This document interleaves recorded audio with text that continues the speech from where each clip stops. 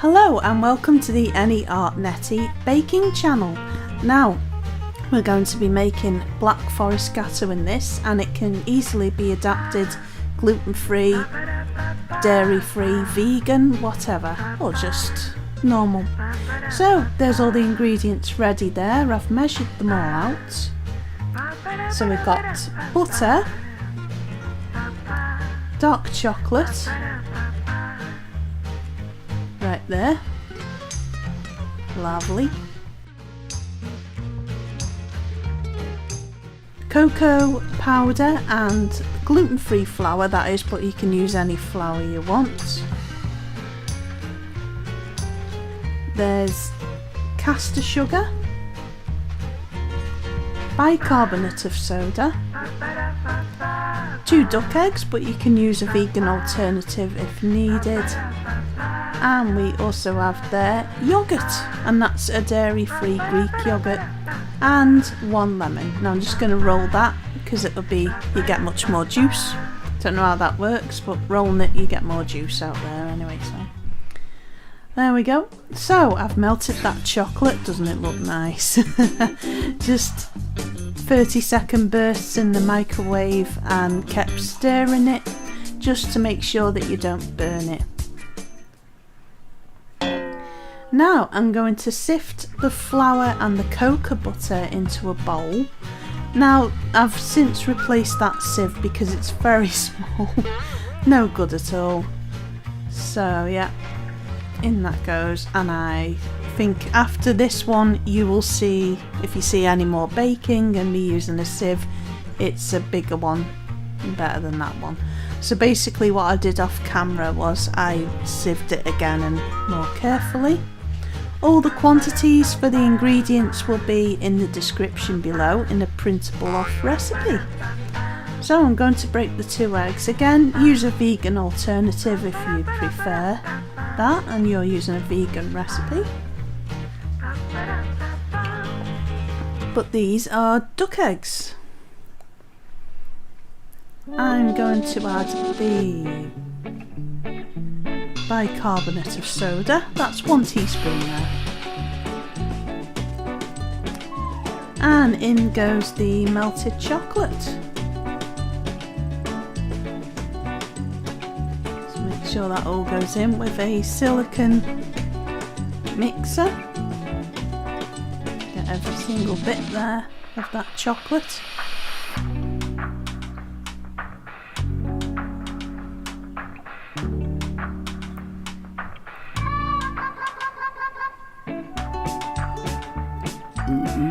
Excuse me.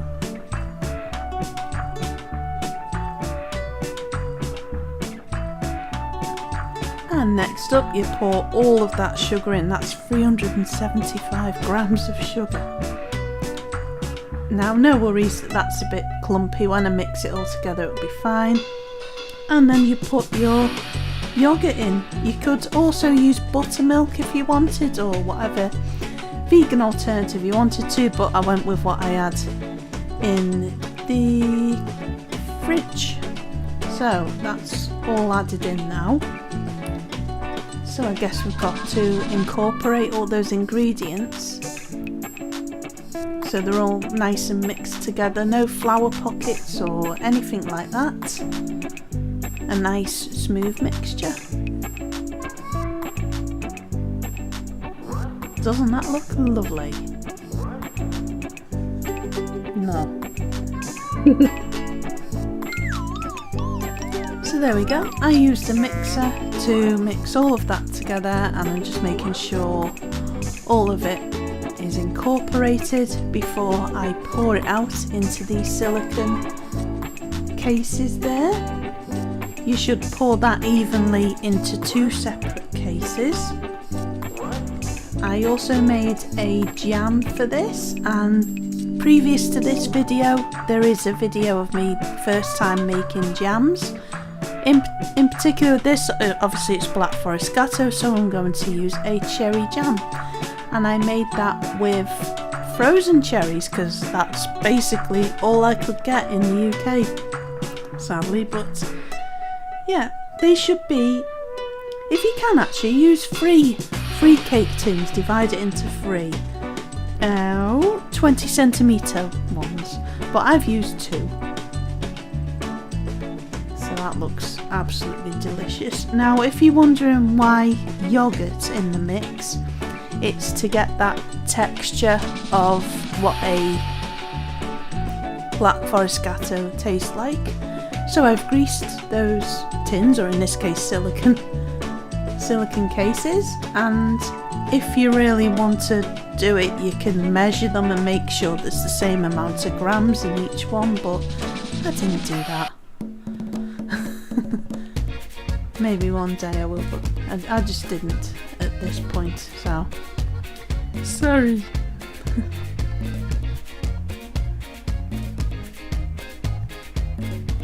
So what you're going to do is bake that for around about 20-25 minutes, and make sure that that's at 180 degrees Celsius.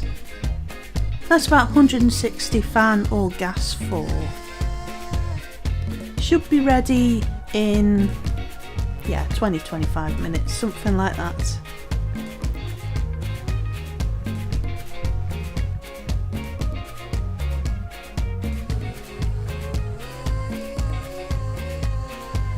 Making sure I get every single bit of that batter out of there.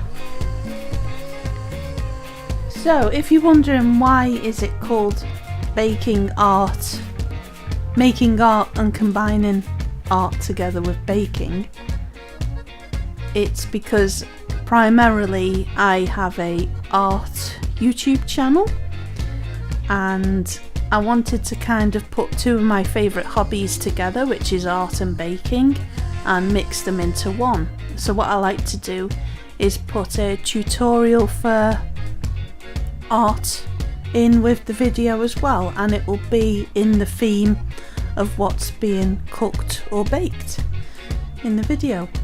Now, I'm no expert at either of those things, but it's nice to look back and see progression through the years with videos, hopefully, with videos watching. Hopefully I've progressed, hopefully I've improved, you know, so, and I like to share tips along the way that I've found, and hopefully that will help people and we can help each other. So yeah, hopefully they'll be fun to watch and things like that, and you can learn, and I can learn off people in the comments, and then people can hopefully get a bit more confidence. I find I'm a visual learner, so I find watching videos on YouTube I learn more than reading a book when you can actually see it being done. So I hope it's of help to someone watching anyway. So yeah, that's the idea. So lovely, we've got a nice even on top of there, and we'll get them in the oven.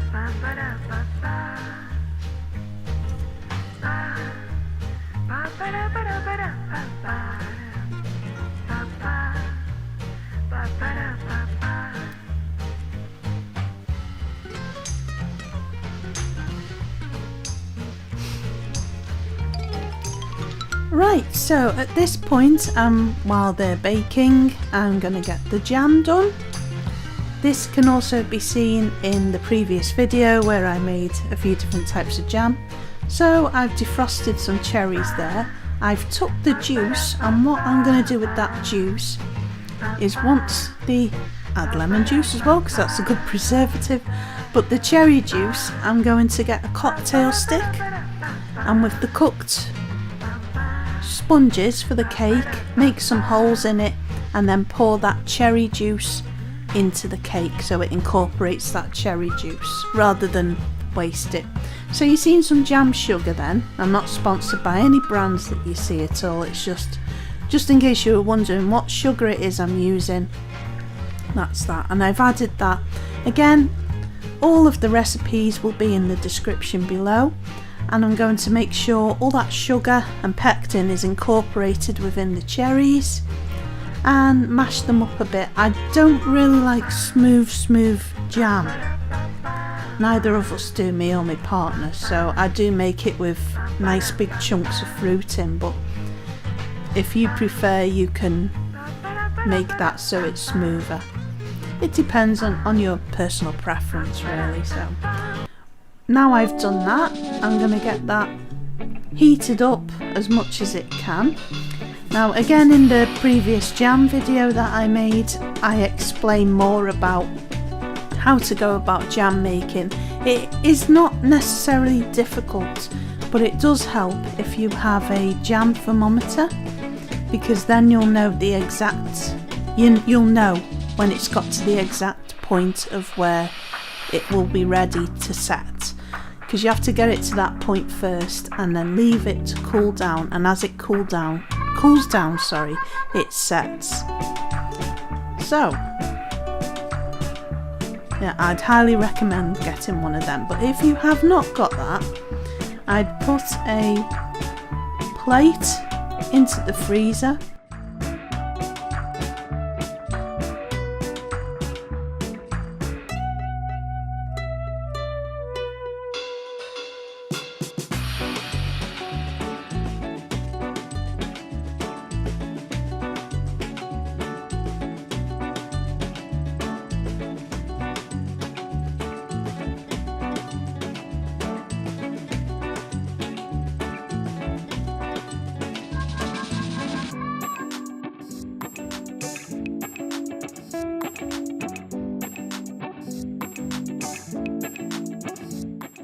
And then when you think you've got to the right point where you can see it's boiling, it's been boiling for about 5 minutes, I will get just a teaspoon out, and be very careful because it will be hot and it's boiling of course, and with jam it will stick, you don't want any burns. Pop that on the plate and it should wrinkle with your finger when you touch it, but obviously make sure that that is cool as well, because you could get burns from it. So I'd highly recommend using the biggest pan you can and making sure you've got a jam thermometer. So we're just watching that come to the boil now.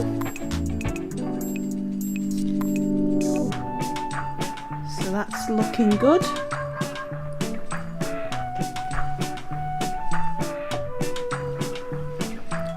Give that a quick stir.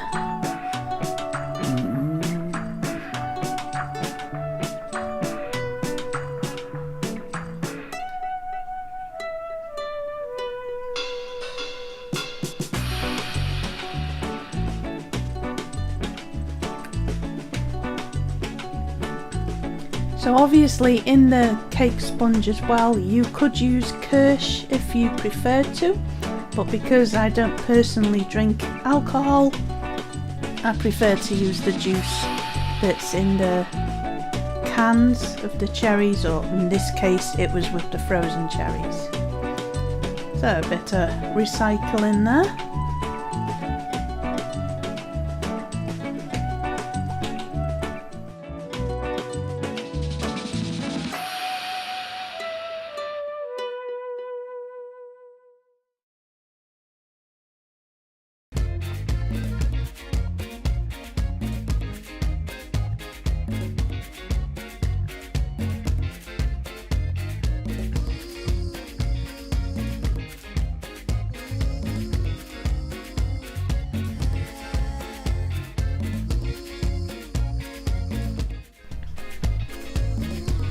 The recipe for the jam will also be in the description below, separately from the cake.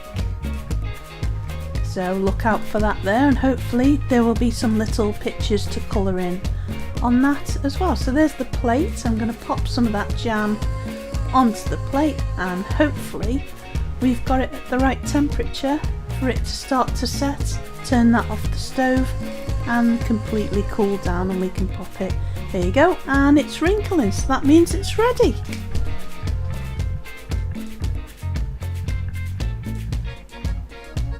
So at this point I'm going to put it into the jars. It filled 2 and then about a quarter of one of them, but I made sure what didn't go into the cake, we add on jam and crumpets and all sorts of lovely things. So much better homemade than bought in a shop. And whoopsie, I'm wiping down everywhere today. Getting it everywhere. That is where a jam thermometer comes in very handy. I'd highly recommend getting a jam funnel as well. What a mucky pup.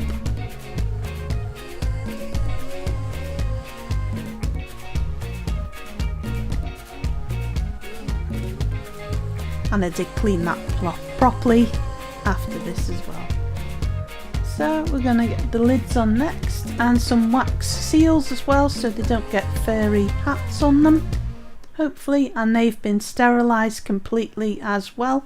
Again, in the previous jam video I describe how to do that. Hide the not so full one at the back of them. So here we go, here's the sponges ready, and the one ingredient I missed, with it being gluten free, was my xanthan gum, and the cake fell apart. But I think the fact that I used duck eggs in it did provide some kind of glue where it was lacking in gluten.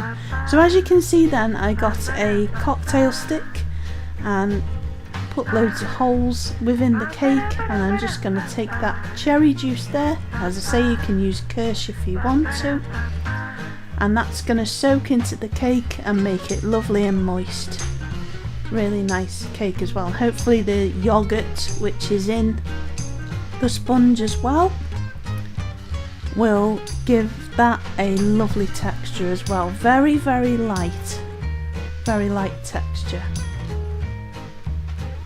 There we go, what's left of that cherry juice, I'm just making sure that goes in there.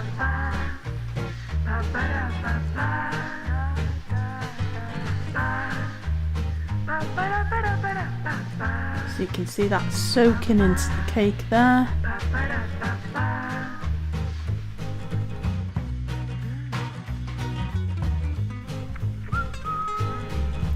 I've got some Flora plant cream, which is like a vegan version of a double cream. The reason why I'm vegan is because I'm allergic to dairy, and I've got some spare cherries left over there.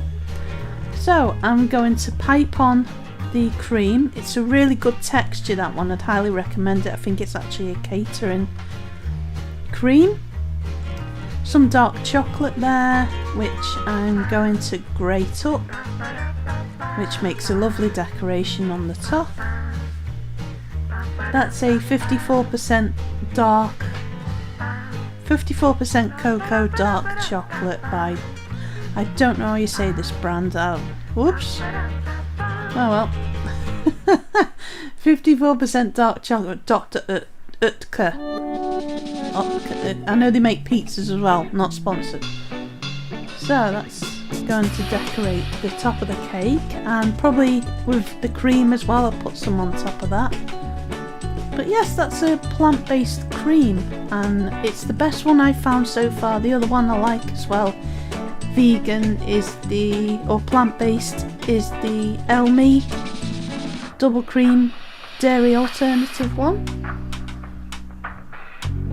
This is a messy job, so make sure you've got cold hands, and also that the chocolate has been in the fridge, because it won't melt as much then on your fingers and get everywhere.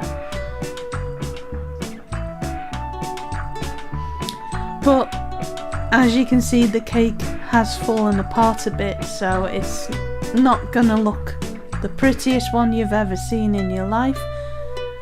So does it really matter if it looks, if the chocolate is perfect or anything? I'm not an expert, like I say. So long as it tastes nice, that's what matters.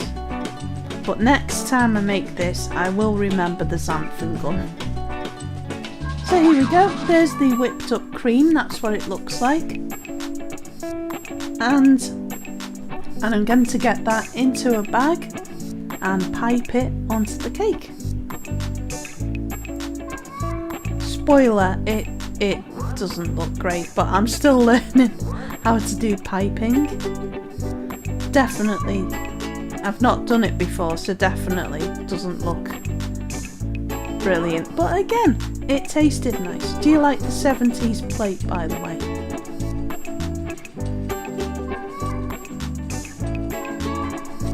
So my tip is to get a mug and pop the piping bag over that. Make sure to put the nozzle in before you do that. I'm not sure if I did. Do I suddenly remember? No, I must have done it. So then we're going to put the cream into there, and I'd wipe it just at the edges there.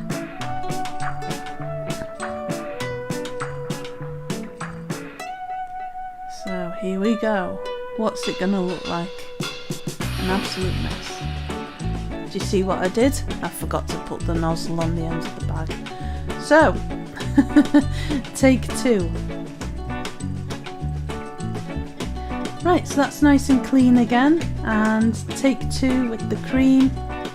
And I'm going to make sure this time that I put the nozzle into the piping bag.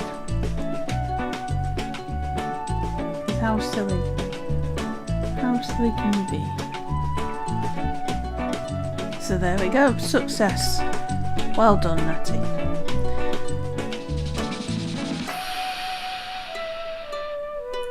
Lovely. That looks better, doesn't it, ladies and gents? So, now that's done properly, in that goes in the mug there.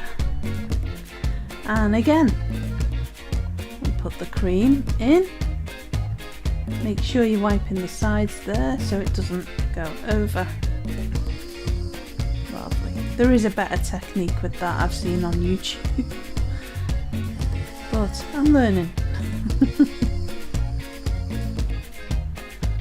I think as well there I left a bit of an air gap within the bag, so I'm just pushing that down and then tie that at the end there.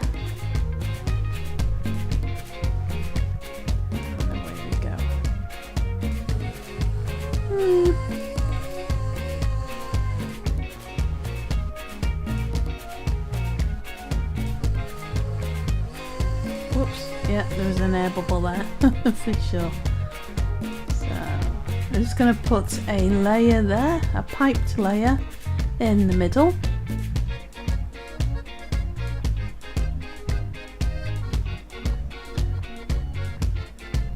Grand.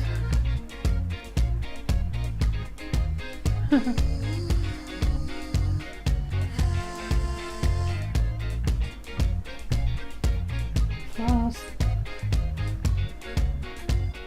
Fluffy. Yay. There we go. Oopsie.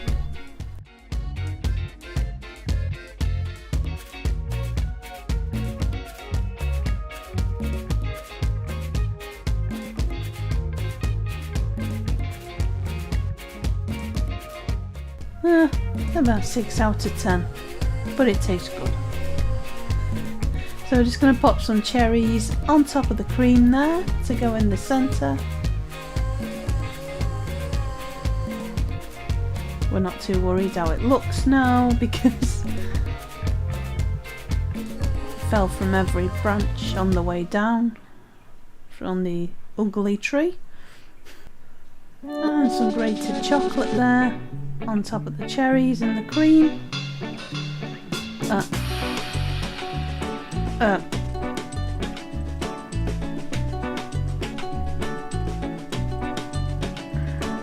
Whoopsie daisy. It fell to bits. Oh. No, whoops. And that's what a lack of xanthan gum does to a cake. You could use some jam as a cement there, for want of a better word, to piece that back together, but oh well. I'm sure when it's got some cream over it, it will look a bit better. There we go. So I'm using some jam to stick that cake back together. Yikes. We will revisit this cake at some point, and I will remember to put some xanthan gum in it. Oh, what did I do that for? Watching it back, I'm just like, oh no. What did I do? Why? Again, learn from my mistakes.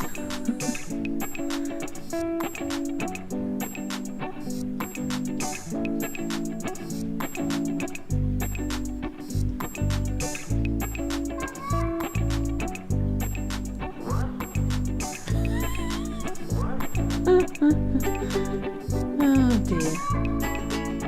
Oh dear.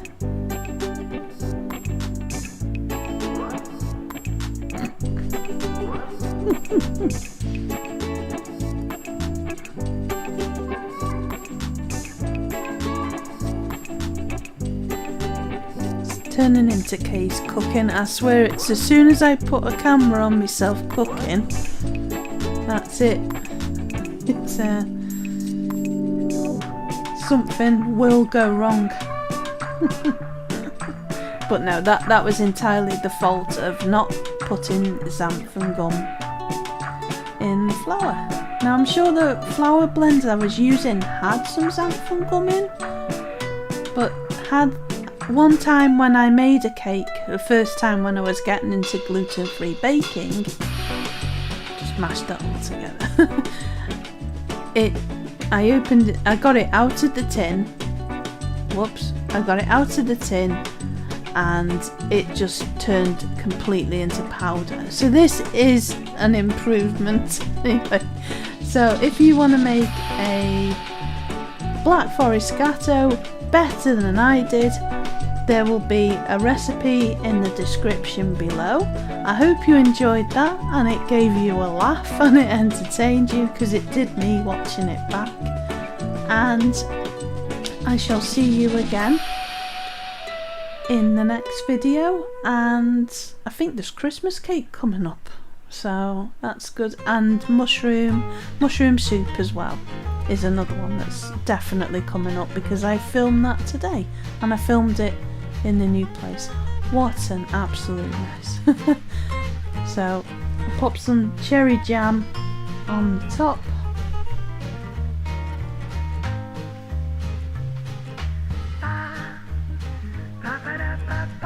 Anyway, enjoy your baking, enjoy your art, and I shall see you again soon. Bye for now.